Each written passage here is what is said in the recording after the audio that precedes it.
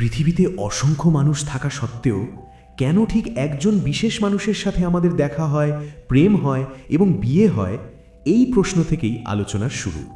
আমরা ভাবি এটা আমাদের পছন্দ, আমাদের সিদ্ধান্ত অথবা পরিবারের নির্বাচন। কিন্তু আধ্যাত্মিক দর্শন বলছে এটা কেবল বাহ্যিক নাটক। প্রকৃতপক্ষে জন্মের আগেই এক অদৃশ্য স্ক্রিপ্ট লেখা হয়ে যায়। এই ধারণা অনুযায়ী বিবাহ কোনো কাকতালীয় ঘটনা নয়, বরং পূর্বজন্মের কর্মফল এবং ঋণের ফলশ্রুতি। এখানে বলা হয়েছে বিবাহ দুই আত্মার রোম্যান্টিক মিলন নয়, বরং পূর্বজন্মের অসমাপ্ত হিসেবের নিষ্পত্তির মঞ্চ। ঋণবন্ধ শব্দটি এসেছে ঋণ অর্থাৎ দেনা এবং বন্ধন অর্থাৎ সংযোগ থেকে। অর্থাৎ যাদের সাথে আমাদের গভীর লেনদেন, অন্যায়, প্রতিশোধ বা অসমাপ্ত সম্পর্ক ছিল, তাদের সাথেই পুনর্জন্মে বিবাহের মাধ্যমে পুনর্মিলন ঘটে। শরীর মরে যায়, কিন্তু আবেগ, অপরাধবোধ, প্রতিশোধ স্পৃহা এবং অসমাপ্ত লেনদেন আত্মার সাথে থেকে যায়। প্রকৃতি সেই হিসেব মেটানোর জন্য দুই আত্মাকে এমন পরিস্থিতিতে এনে দাঁড় করায় যেখানে তারা পরস্পরের সাথে আবদ্ধ হয়, এবং তার নাম বিবাহ। ললাট রেখা ও পূর্ব নির্ধারিত ৩ সত্য। এই দর্শন অনুযায়ী জন্মের সময় ৩টি বিষয় নির্ধারিত থাকে: মৃত্যুর সময়, পিতামাতা, জীবনসঙ্গী। এগুলো পরিবর্তনযোগ্য নয়, তবে এটি ঈশ্বরের পক্ষপাত নয়, বরং আমাদের নিজের কর্মফলের নিরপেক্ষ ফল। অগ্নিকে সাক্ষী রেখে ৭ পাক প্রতীকের অর্থ। বিবাহে অগ্নিকে সাক্ষী রাখা হয় কারণ অগ্নি শুদ্ধিকারী ও দেবতাদের কাছে বার্তা পৌঁছানোর মাধ্যম। কিন্তু এটি শুধু পবিত্রতার প্রতীক নয়, এটিও ঋণ ও কর্মেরও প্রতীক। ৭ পাক মানে শুধু রীতি নয়, এটি পূর্বজন্মের কর্মের নিষ্পত্তির শপথ। এটি এক ধরনের রুহানি হাতকড়ি, যা আমরা নিজেরাই পড়ি, কিন্তু যার চাবি সময়ের কাছে। বিবাহের ৪ প্রকার। শত্রু বিবাহ, বদলা সম্পর্ক। এটি সবচেয়ে কষ্টকর সম্পর্ক।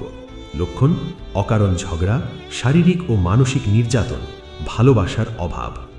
এক্ষেত্রে পূর্বজন্মে একজন অন্যজনের শত্রু ছিল বা অন্যায় করেছিল, এখন প্রতিশোধের হিসেব চুকানো হচ্ছে। ঋণদার বিবাহ। এই সম্পর্ক অর্থ ও দায়িত্বের চারপাশে ঘুরে। উদাহরণ: একজন কঠোর পরিশ্রম করে, অন্যজন ব্যয়বহুল বা অসুস্থ। সব অর্থ সঙ্গীর চিকিৎসা বা ভুল সংশোধনে খরচ হয়। এখানে পূর্বজন্মে আর্থিক বা সম্পদ সংক্রান্ত অন্যায় হয়েছিল, এখন সুদ সহ ফেরত দেওয়া হচ্ছে। উদাসীন বিবাহ। লক্ষণ: না গভীর প্রেম, না গভীর ঘৃণা। দায়িত্ব পালন হয়, কিন্তু আত্মিক সংযোগ নেই। এটি ছোটখাটো অসমাপ্ত লেনদেনের ফল। কাজ শেষ হলে সম্পর্ক স্বাভাবিকভাবেই শিথিল হয়। পূর্ণ অনুবন্ধ, দুর্লভ। এটি বিরল। লক্ষণ: পারস্পরিক আধ্যাত্মিক উন্নতি, সমর্থন ও সুরক্ষা, শান্তি ও স্থিরতা। এমন সম্পর্ক হাজারে একটি। অবৈধ সম্পর্ক, কর্মের পরীক্ষা। অবৈধ সম্পর্ক শুধু চরিত্রের দুর্বলতা নয়, এটি পূর্বজন্মের অসমাপ্ত সম্পর্কের আকর্ষণও হতে পারে, কিন্তু এটি পরীক্ষা। যদি বর্তমান জীবনসঙ্গীকে প্রতারণা করা হয়, তাহলে নতুন কর্মের সৃষ্টি হয় এবং চক্র জটিল হয়। কেন কারো বিয়ে হয় না? বিয়ে না হওয়া সবসময় অভিশাপ নয়, কখনো কখনো এটি আশীর্বাদ। যাদের ভারী কর্মঋণ নেই, তাদের প্রকৃতি বিবাহে বাঁধে না, তারা বৃহত্তর উদ্দেশ্যের জন্য মুক্ত থাকে। ডিভোর্স সমাধান নাকি পলায়ন? শিক্ষা: ৫ না শিখলে পার্টনার বদলালেও প্যাটার্ন বদলায় না। একই সমস্যা বারবার ফিরে আসে। কর্মফল এড়ালে তা পরের জন্মে বহন করতে হয়। বিচ্ছেদের যন্ত্রণা কেন এত গভীর? আধ্যাত্মিক মতে বিবাহে দুই মানুষের সূক্ষ্ম শরীর, অ্যাস্ট্রাল বডি যুক্ত হয়। বিচ্ছেদ মানে সেই সংযোগ ছিন্ন করা, যা আত্মার ক্ষত তৈরি করে। মুক্তির পথ, সাক্ষীভাব ও ক্ষমা। সবচেয়ে শক্তিশালী সমাধান নিজেকে ভিকটিম ভাবা বন্ধ করা, প্রতিশোধ না নেওয়া, হৃদয় থেকে ক্ষমা করা।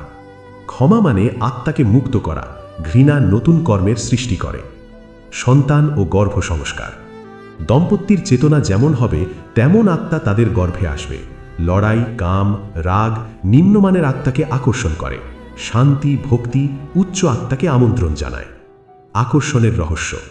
তীব্র আকর্ষণ সবসময় প্রেম নয়, এটি পুরনো কর্মের চুম্বকও হতে পারে। সত্যিকারের প্রেম শান্তি দেয়, অশান্তি দেয় না। দান ও সেবা, কর্ম লাঘবের উপায়। কন্যাদান বা দরিদ্রের বিবাহে সহায়তা, দান ও সেবা। যা দেবেন তাই ফিরে পাবেন। প্রারব্ধ পরিবর্তনযোগ্য কি? সম্পূর্ণ মুছে ফেলা যায় না, কিন্তু প্রভাব কমানো যায়। যেমন পাথরে আঘাত লাগা লেখা থাকলে জুতো পরে ক্ষতি কমানো যায়, তপস্যা ও সংযমী সমাধান। গৃহস্থ জীবন সর্বোচ্চ তপস্যা। বনে গিয়ে সন্ন্যাস সহজ, ঘরে থেকে রাগ নিয়ন্ত্রণ করা কঠিন। বিবাহ হলো আগুনের নদী, যে ধৈর্য ও প্রেম ধরে রাখতে পারে সে সোনা হয়ে বেরোয়। ব্যবহারিক উপদেশ: সঙ্গীকে রাতে মনে মনে ক্ষমা করুন, তার মঙ্গল কামনা করুন, অভিযোগ ত্যাগ করুন, নিজের কর্ম শুদ্ধ করুন। চূড়ান্ত শিক্ষা: জীবনসঙ্গী হলো আমাদের কর্মের আয়না। আয়না ভেঙে লাভ নেই, মুখ পরিষ্কার করতে হবে। ক্ষমা, সেবা, নাম জপ এগুলোই মুক্তির পথ। বিবাহ কোনো রূপকথা নয়, এটি কর্মফলের নিষ্পত্তির ক্ষেত্র। কষ্ট এলে ভিকটিম হবেন না, বোঝার চেষ্টা করুন, ক্ষমা করুন, মুক্ত হন। অবশেষে নির্বাচন আপনার। আপনি কি এই সম্পর্ক কাঁদতে কাঁদতে পূর্ণ করবেন, নাকি হাসতে হাসতে? জীবন কর্মের চশমা দিয়ে দেখলে অভিযোগ শেষ হয়, এবং যেখানে ক্ষমা আছে সেখানেই ঈশ্বরের উপস্থিতি। শুভরাত্রি। জয় শ্রীকৃষ্ণ।